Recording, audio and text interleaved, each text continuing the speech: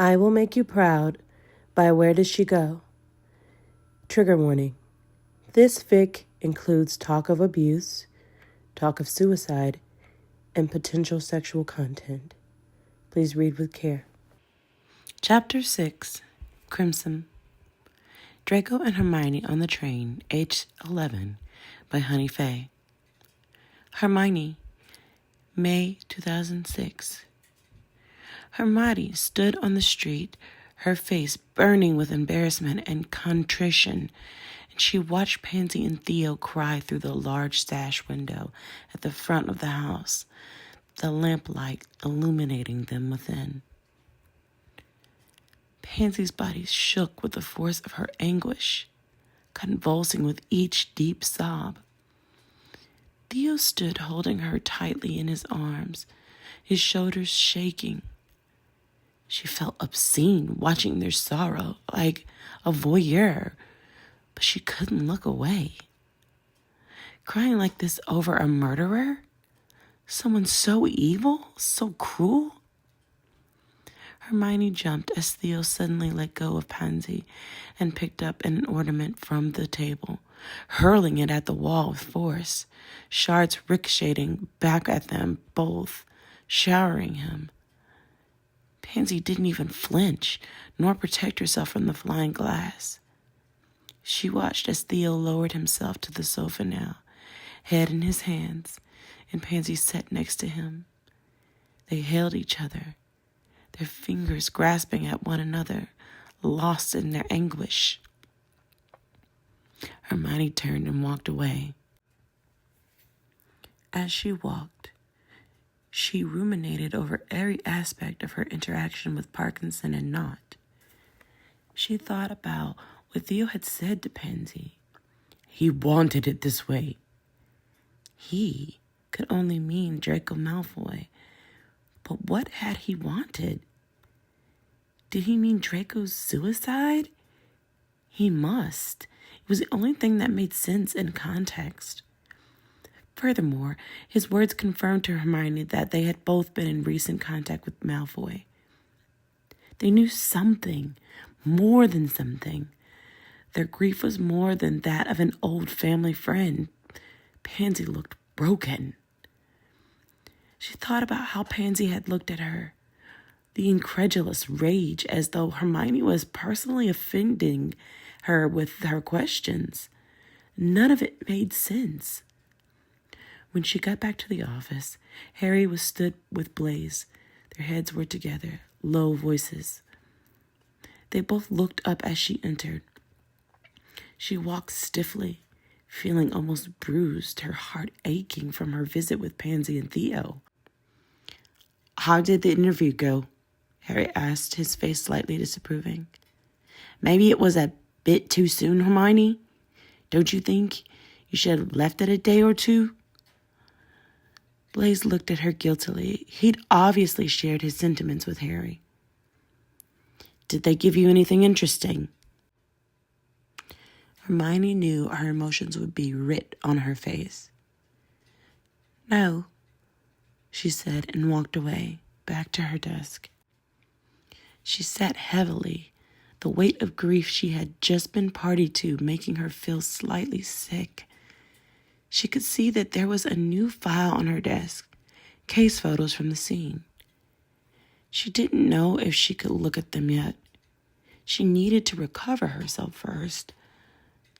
Harry finished speaking with Blaise and walked past Hermione's desk. "Are you okay, Hermione? You look a bit off. Was everything okay at Knott's?" There was a concern on his face. She looked over towards Blaise, who was sat, eyes firmly cast down, frowning at his copy of the case photos. "Yes, it was fine. They just didn't have much to tell me, that's all." She didn't know why she didn't tell Harry what happened. She thought maybe she wanted to discuss it with Blaise first. "I think this case is weighing heavy on all of us," Harry said. "Are you okay to carry on with it?" "I can ask Simmons to take over for you." "No!" Hermione said, slightly louder than she intended to. Blaise and I are the right people for this case. We have the background knowledge on Malfoy, not to mention the skill set. We will find out how he came to be in that pub, Harry. And I thank you not to question my professionalism. You of all people should know that I will go to the ends of the earth to solve any case I am given. I wouldn't let the fact that I knew the subject 10 years ago impact my work. She felt flushed in her face, realizing she had let her emotions get the better of her. Harry, though, looked suitably cowed. She had used her Hermione voice on him, something she rarely did anymore. Despite the fact he was technically her boss, he did know that she was a good aura, and he couldn't take her off this case. Harry held up his hands and backed away. Okay, of course, Hermione. I just know it's bound to be slightly more emotionally taxing, that's all. If you're sure you're okay, we won't talk about it again. I'm okay, she snapped, and busied herself opening and closing drawers, indicating that she was done with the conversation. We're going in to look at Flint's memories in 10 minutes if you want to come, Harry said, a peace offering. Yes, most definitely. Thanks, Harry. She offered him a small smile, her way of accepting, and he finally walked away. She let out a breath. She would need to get herself under control. She needed to be less emotionally involved in this case. Remembered that Malfoy was a murderer and that the people who were showing so much grief over him were also from Death Eaters, pure blood families, that their morals did not align with hers, and their sorrow over his death could just be as easily to do with some plot for power she didn't know about. She wished she could make herself believe that. Hermione wondered when the memories in the diaries would be returned from evidence. She left her desk and walked in a short distance down to Katie Bell's office. Katie was in charge of handling and documenting evidence. She had access to the archives of physical evidence, memories deemed vital to a case, and also interview transcripts, etc. She looked up from the scroll she was reading as Hermione entered. Hermione, hi. Have you come about the Malfoy evidence? Hi, Hermione smiled warmly at Katie, realizing she had probably been a bit short with her the day before. Yes, I was hoping it would be on my desk by now. I've got the viewing of Garrus Flint's memories in a moment, but I was really hoping to take a look at the diaries afterwards, before my slot at the Pensive. Katie's enthusiasm from the day before was gone. Yes, about the diaries, she said. There's been a problem. What kind of problem? Katie looked disappointed.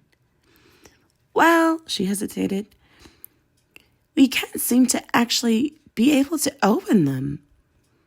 What do you mean you can't open them? Hermione asked, feeling a faint stirrings of irritation at Katie again. It wasn't her fault.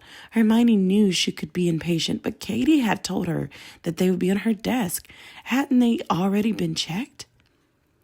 Yes, there seems to be some sort of charm on them to have sealed them shut. We can see they all belong to Malfoy. The handwriting on the front of each one matches up with the handwriting samples we have in evidence, but we can't physically open any of them to read the contents. She gave Hermione an apologetic look. I'm afraid I got a bit ahead of myself last night after opening the bag. Hermione felt instantly deflated. The diaries could have given them instantly available vital evidence. Where are they now? I've still got them down at the curse-breaking division. They're trying all sorts of unlocking charms, but so far nothing is working. You can see them, take a look at them, but there's no way currently to look inside. Whatever charm has been put on them is a powerful one we've never seen before. Hermione sighed in frustration. Why had Malfoy placed them so deliberately next to him if they couldn't be read? Okay, thanks, Katie. I'll head down there after the viewing. She left feeling deflated and headed back to her desk. Blaze was stood, ready to go to the viewing. It didn't go well, then, with Parkinson and Knott? You didn't expect it to. No, I didn't. Pansy, she's not the most amenable at the best of times. I can't imagine her wanting to speak to anyone from the DMLE, particularly not this soon. She knew he was right, but she didn't want to admit it. How well did you know them, Pansy and Theo? Blaze sighed. We were all good friends as kids, me, Malfoy, Pansy, and Theo, to a lesser extent, Crabbe and Goyle. We spent a lot of time unsupervised at social events, and then, obviously, Hermione, we were good friends at school. He paused, looking slightly pained. We were close. Our upbringing, it made us cling to each other. I know you think we were all just a bunch of spoiled rich kids, but it could be tough. Hermione tried not to let her derision show in her face. She looked back at how they all had acted in school, and it was very hard to feel sorry for any of them. Blaze saw it there anyways. You can't imagine what life was like, Hermione, being a child of a Death Eater. We didn't get much say in how we viewed the world. We were told there was only one way. We were taught to hate from a young age. That can impact you as a person. It made us closed off, wary of people. We were close. We had each other, and we didn't need anyone else. You all always seem fully on board with your parents' views, Hermione said, not meaning to sound bitter. A lot of people seen a lot of things, Blaze said. You don't know, Hermione. You weren't in that world. We weren't bad people, none of us, not even Malfoy. He just had a raw deal. A raw deal? Hermione was incredulous. He was a pampered little weasel. He was awful to everyone. And look how he turned out, Blaze. How can you say he wasn't bad? He almost killed Dumbledore. He did kill his father. And anyway, if they were all so great, why did you defect? Why did you join the order? Blaze sighed. His brown eyes looked haunted again. He was holding things back. Hermione knew before he even opened his mouth. Like I said, Hermione, we were a product of our environment, particularly Malfoy. There was never any hope for him. I saw the way things were going. I heard the whisperings and I just wanted out. My mother, she didn't care about me. She was just focused on the next rich pureblood she could marry. Malfoy, he was steadily losing himself under the pressure from his family, the pressure to do well at school, to excel at everything. He wasn't in a good way by 6th year. After Cedric died and Voldemort started making his comeback, it did something to Malfoy. He was lost. He changed. He took the dark mark just after 5th year. I just didn't agree with it. I didn't want to see the wizarding world the way Voldemort did. Draco, he really started losing his grip on reality around when Dumbledore died. He would say things that he knew would destroy us. He was talking about power, about being ready. He kind of fell in on himself. Our friendship wasn't the same. I had nothing keeping me there. And then, when I met Jenny, even before we were officially together, she was all I needed. I could see the light in her, and I followed it. I was sick of darkness, Hermione. I've got no idea what happened in the past few years, how he managed to overthrow Voldemort, what happened to Lucius. He was a stranger to me by then. They all were. The only thing I'll say is that I would have never thought that Malfoy I knew could have been capable of the things he did. Something happened to him, Hermione, and I'm fucking determined to find out what. Hermione didn't know how to respond. It was the most Blaise had ever said to Hermione about his reasons for switching sides. And it left Hermione with more questions than answers. How on earth had Malfoy had a raw deal? She couldn't ask him anymore, though, as Harry appeared to take them down to the Pensive. They chatted as they walked, but Hermione couldn't concentrate. What had been going on in Draco Malfoy's life to make him so troubled? He had always seemed to have it all. A circle of adoring friends, more like followers, a constant gaggle of female admirers, a loving family.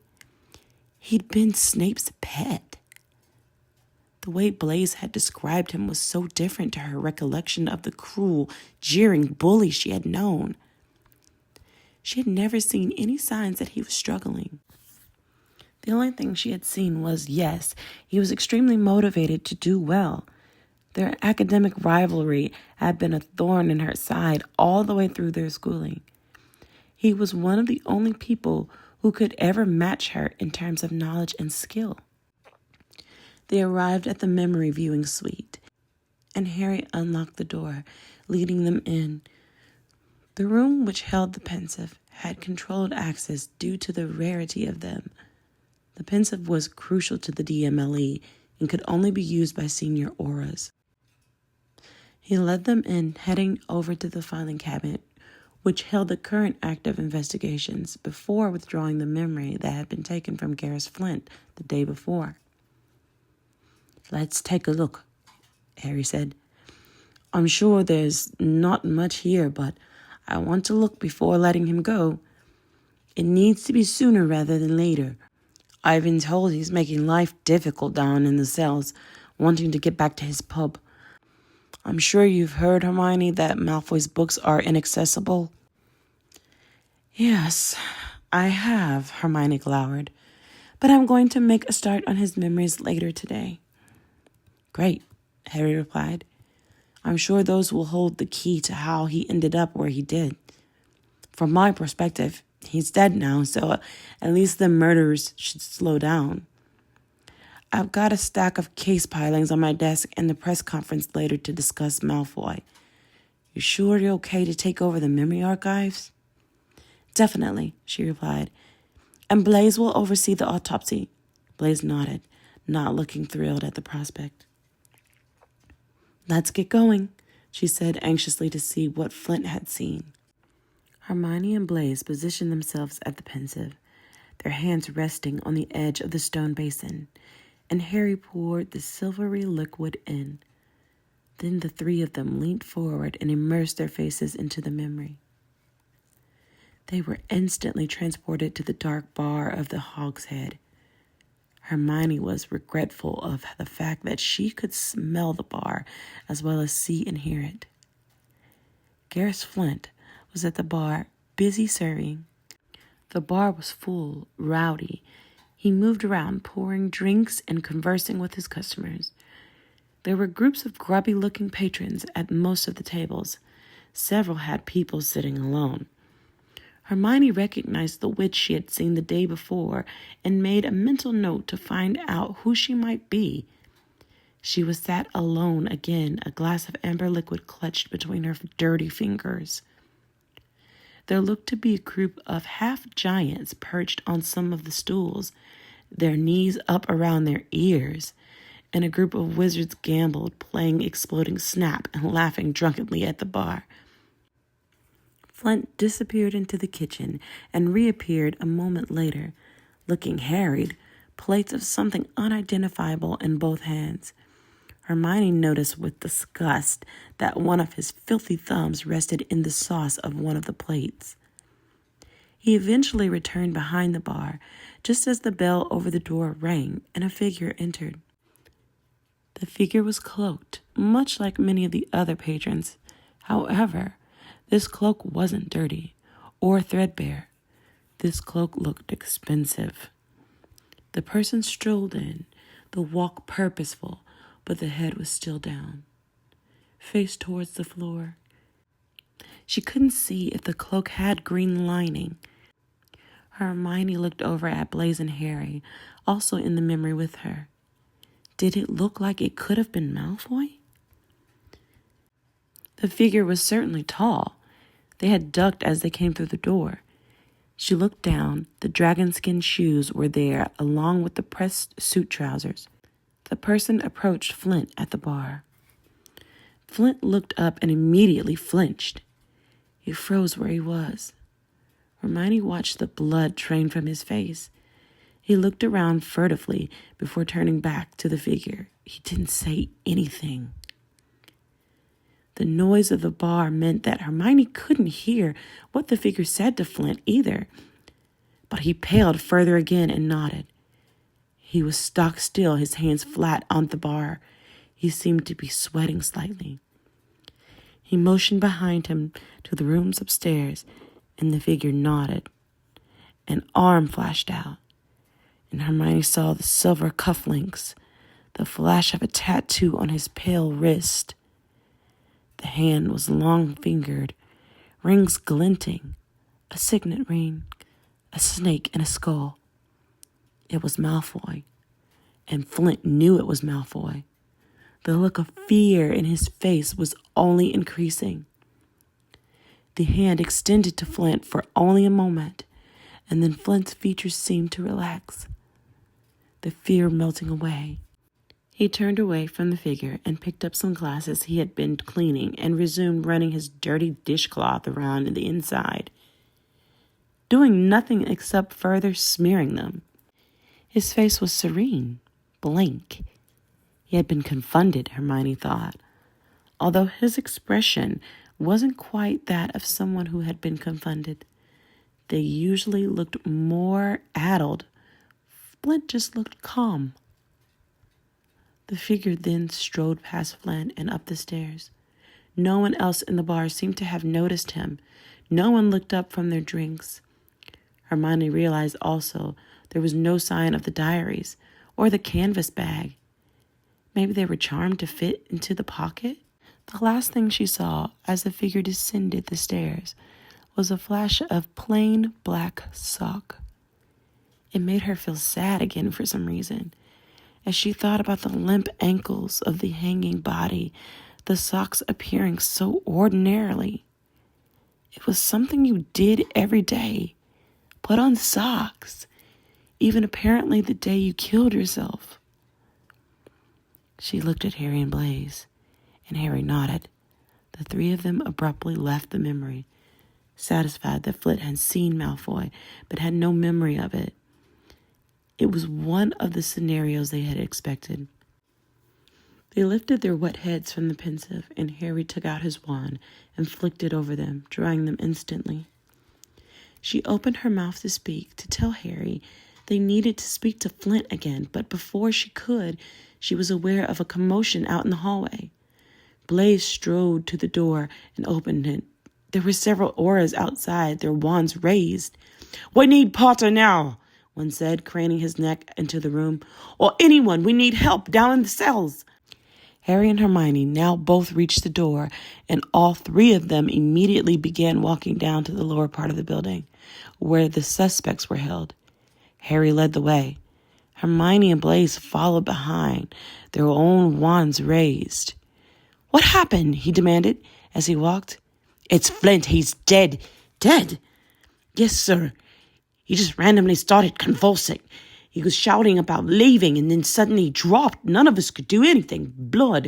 It was coming out of him everywhere. His eyes, his ears, his mouth. We tried healing him, tried to stop it, but he died in seconds, sir." He stopped speaking as they reached the scene unfolding at the holding cell where Flint had been kept. The floor was awash with red. The walls, the bed, it was an ever-growing puddle, creeping towards the door. Harry stepped back to avoid it, almost colliding with Hermione, and Blaise stood behind him. Hermione looked down at the body on the floor. Flint most certainly was dead. He was completely exsanguinated. His body was white, bloodless.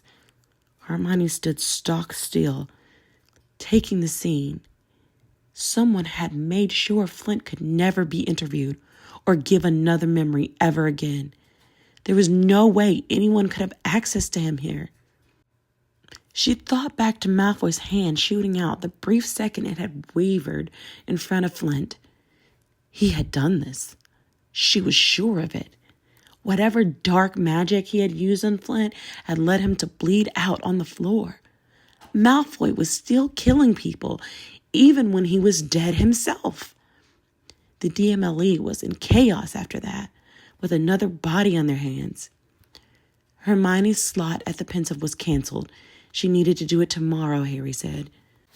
The priority for the rest of the day was to ensure that there hadn't been a security breach, strengthening security and going down to the Hogshead to identify further witnesses. Blaise and Hermione worked until gone 8 o'clock without a break. When it was finally time to clock off, they were exhausted, glad to be done for the day. Blaise gave her a quick hug and told her he was off. Hermione pecked him on the cheek and disappeared home. She walked into her dark, lonely house and sat slumped on the sofa. Her body was exhausted, but her mind was racing. So much had occurred since she had left that morning. She let her mind wander back to Pansy and Theo Knott. "My wife," he had said. They were married. Hermione felt the bitter pang of being alone again. Someone as foul as Pansy Parkinson was married. She had someone who loved her. Harry had Ron. Ginny had Blaise. Who did she have? Hermione liked to pretend that it didn't sting, but the truth was that it did. She wanted someone to hold her, to tell her she was amazing, that she was doing a good job. She shook her head to clear her mind and headed to the kitchen to make sweet tea, not bothering with dinner. She wanted to go to bed. The sooner tomorrow came, the better. She could finally get a look at Malfoy's memories. She desperately wanted something to work from, a starting point. So far, everything in their investigation had been a dead end.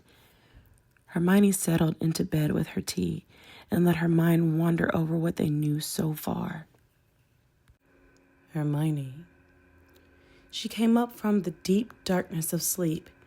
Had someone said her name? Hermione. Her name again. She opened her eyes and looked across the room. Draco was here. Draco. She sat up. Draco, is that you? She squinted in the dark as he moved out of the shadows. He smiled as he moved towards her, a heartbreaking, sad smile, his silver eyes brimming with love. She lay on the bed and looked up at him as he knelt down, knees between hers, and leaned over her. She felt tears prick her eyes as she looked up into his beautiful face. Draco, you're here. I'm here. She sobbed. I'm here, Hermione. It's okay now. Oh, Draco, she cried.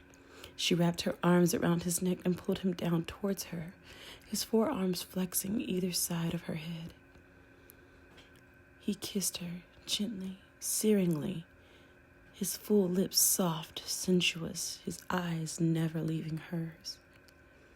She ran her fingers up through the soft blonde hair at the nape of his neck and pulled him tighter to her, opening her mouth as his tongue gently slipped in through her lips.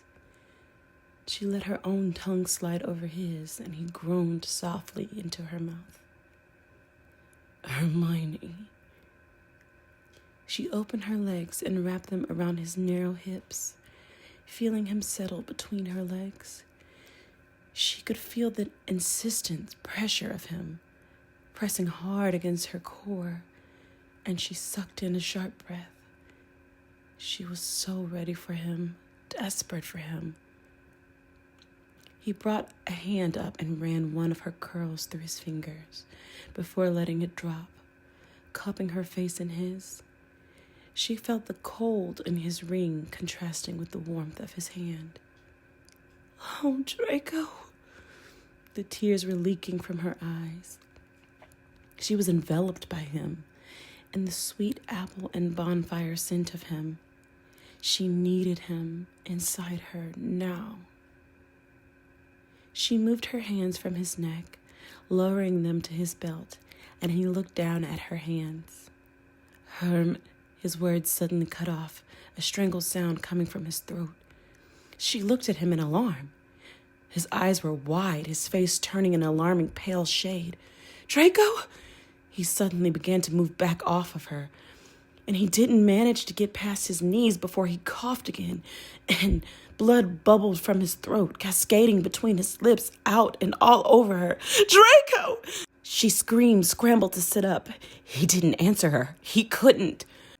More blood flowed out of his mouth. It was coming from his nose now, too. His silver eyes were staring, terrified. He tried to put a hand over his mouth, but the blood flowed still, out between his fingers, turning his palm scarlet, dripping off his rings. They were both slippery with it. It ran hot and violent down his naked chest to his lap, covering his stomach and thighs. It dripped into Hermione, onto her face, her neck. Hermione screamed. She tried to reach for him, to do what she didn't know, to stop him bleeding somehow.